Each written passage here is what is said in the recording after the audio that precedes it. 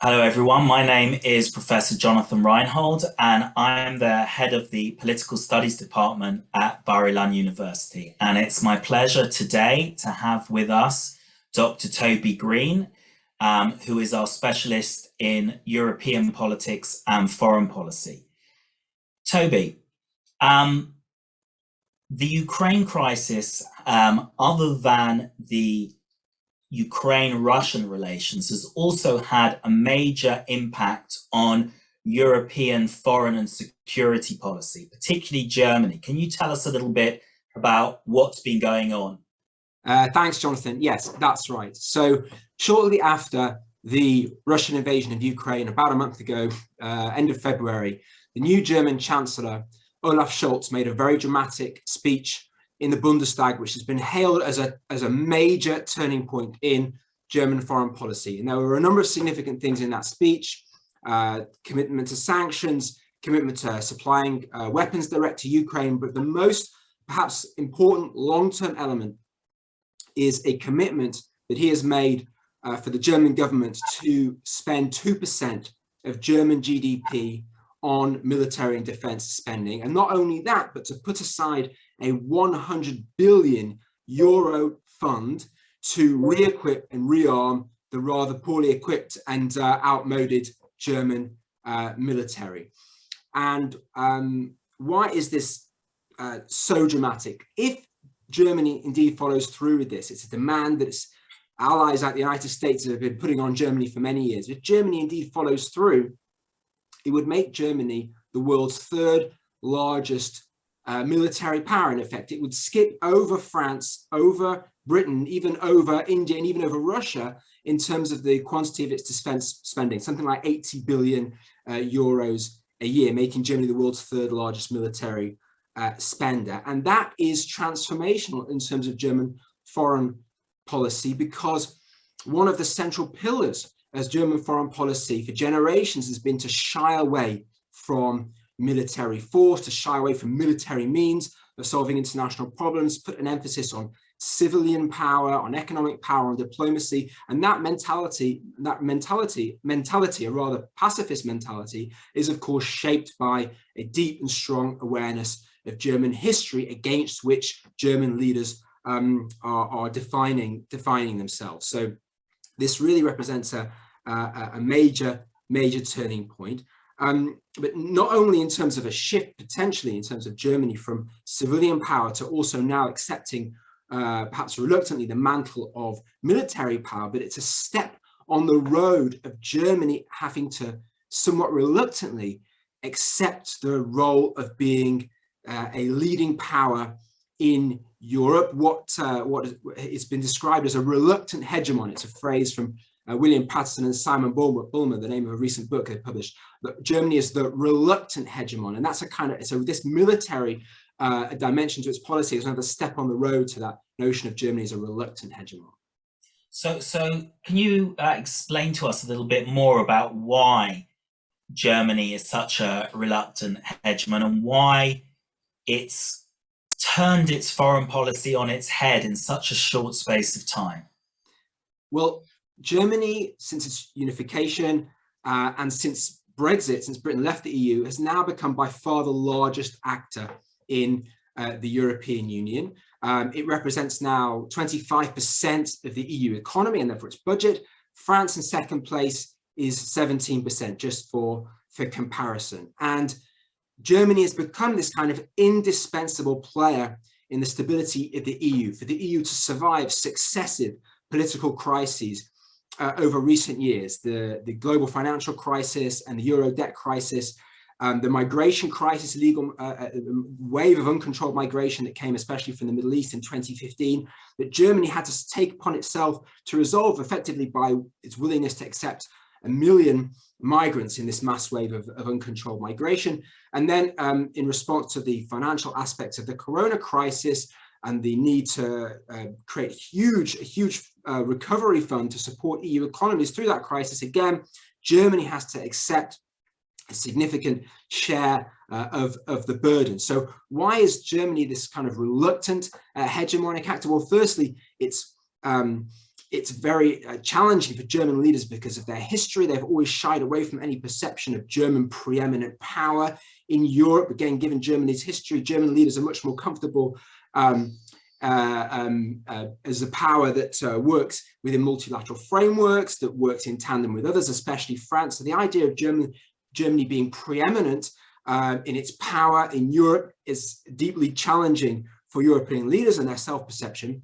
But also there's a reaction within Germany against the burdens of this leadership role. And we've seen the rise of Euroscepticism in Germany. People in Germany saying, why should we pay for the others? Why is it always us that has to be the one to support these weaker European states? Why can't we look after our own interests? And we now have a hard Eurosceptic political party, the AfD, in the German Bundestag, in the German parliament. It's only 10–12% of the vote and of the German parliament, but nonetheless, it's an actor in German politics that wasn't there before. So in these two ways, we see kind of deep ambivalence in Germany about this role. But whereas in the past, it may have been German power that would have historically caused fear among its neighbors and tension in Europe. Now, ironically, German power is indispensable.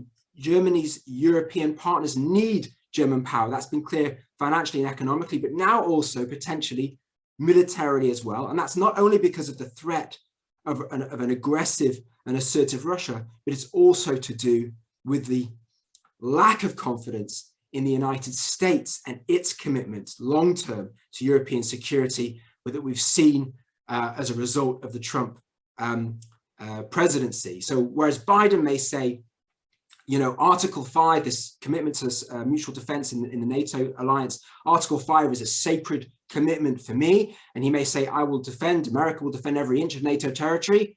Well, it could be Trump back in the White House in 3 years' time. According to the bookies, he's 3-1 on to get back into the White House. And European leaders know that in the future, you just don't know if you pick up the phone to the White House, who it is who's going to answer, and whether the person on the other end of the phone is really going to be committed or share your concerns. So that's the backdrop to this big push, and France has been a particular driver in this, that Europe needs to be self-sufficient in its own defense, and Germany will have to be a player in that, even though it runs against German political culture and is in many ways a deeply uncomfortable position for Germany to be in. Thanks for that. I think one of the interesting things is, what does all this mean? What are the consequences for Germany and for Europe? And particularly, Germany has always thought of itself in foreign and security terms as part of a multilateral framework, whether that's the European Union or whether it's NATO. How will this affect that? Will we see a more unilateral Germany, or will this all take place within those frameworks? And is that why perhaps other European countries feel less threatened because they have institutional mechanisms to constrain Germany? Well, what you have now for Germany is an enormous challenge. Firstly, the challenge to actually develop a capable and credible military force, which is what it says it wants to do. Okay, we know that Germany has financial strength, but it's not just about spending the money. And even if you have the money to spend, it can't happen overnight, even logistically, just putting together the forces, but also in terms of the political culture, because even if you can construct a credible military force or turn German military into a really meaningful and credible deterrent or force projection power, the political culture in Germany, which is very ambivalent and reluctant about deploying military power, that can't change overnight. So Germany now faces a huge challenge to really come to terms with those kinds of challenges. But if it does do what it says it's going to do, spends lots of money on defense, develops a credible military, develops as a credible military power, I think the pressure will come from its European partners to wield that power effectively, to use it in the service of European interests, whether proactively or as a deterrence. And so I think the pressure will increase on Germany, just as it has in terms of German economic power, if Germany indeed develops that kind of military power. And that will make, of course, the multilateral structures of the European Union all the more important. Their historical role has been to bind German power to the interests of Europe as a whole. And the EU has been incredibly successful in that. It's been a phenomenal political success, and it has proven actually very resilient through a series of very major crises, and also through the period of reunification in Germany. What made German rehabilitation and reunification possible was this binding of German power into the wider multilateral structures of Europe. And so that will be incredibly important, even more important perhaps, as we go forward, if Germany does indeed develop into its military capabilities. But of course, we always have this question in the backs of our minds, because what did Brexit show us? European integration is not an irreversible process. There is rising Euroscepticism in Europe. I mentioned it in the case of Germany. In France, we're about to have elections in France. Marine Le Pen is expected to get, or the surveys suggest that she can get over 40% in a second round runoff against Emmanuel Macron.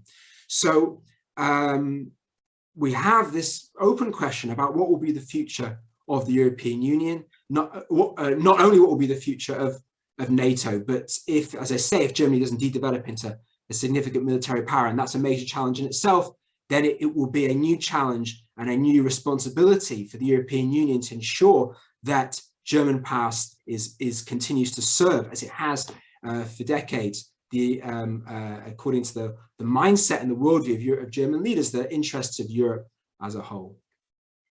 Okay, that's great. I'm going to use my prerogative and ask you one more question, because when we're talking about consequences, since we are in Israel, we should probably think about what the consequences are for Israel.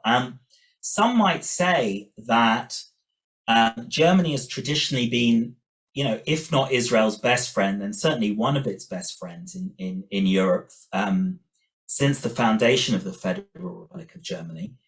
And yet there is a feeling that as the generation that grew up in the shadow of the Holocaust passes away, that younger Germans, particularly younger Germans on the left, feel that Israel shouldn't be treated with such a restrained way, and they would like to take a more critical approach.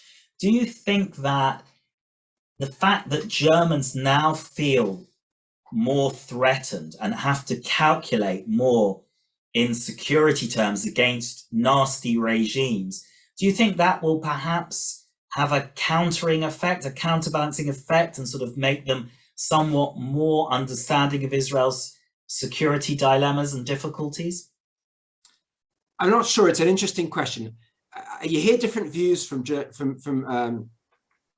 in Germany about this kind of issue. What's the direction in terms of German commitment to Israel's security, which has traditionally been extremely strong. There was a German foreign minister who visited Israel a few years ago who made a speech in which he suggested it was getting harder for him as a German leader to persuade young Germans why why Germany should be so committed to Israel. But then it's actually become a practice to write this commitment to Israel's security into German coalition agreements, including the coalition agreement of the recently formed German coalition, that Israel's security is a Staatsräson. My German's not great, but it means a reason of state of the German state, this commitment to Israel's security. So it still remains deeply embedded in German political culture, even if there is perhaps some waning of that among some elements of society. Will Germany become more understanding of the kind of hard power dimension of national security that's been so central to Israel? That's an interesting question. It's something that may apply not only to Germany, but to other European states as well. I mean, for example, it's not only Germany that's talking about expanding its defense spending, it's also other European states. And one of the places that they will likely already come to acquire cutting-edge military equipment is, of course, Israel. Indeed, that speech that I mentioned to you, the Olaf Scholz speech from the end of February, one of the countries he mentioned specifically was Israel, because he said we're going to complete the acquisition of UAV drones from Israel. And of course, Israel's strengths in military technology don't just cover UAVs, they also cover cyber, it also covers missile defense.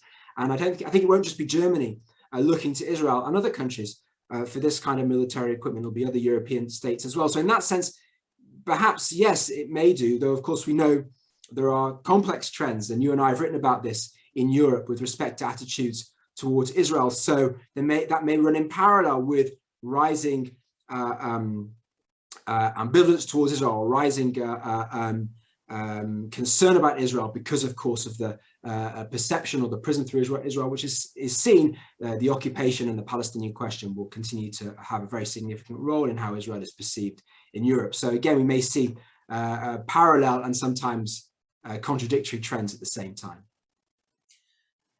Dr. Toby Green, thank you very much for that enlightening and illuminating session. I think you very much answered my questions, and we look forward to talking to you again. Thank you very much. Thanks, Jonathan.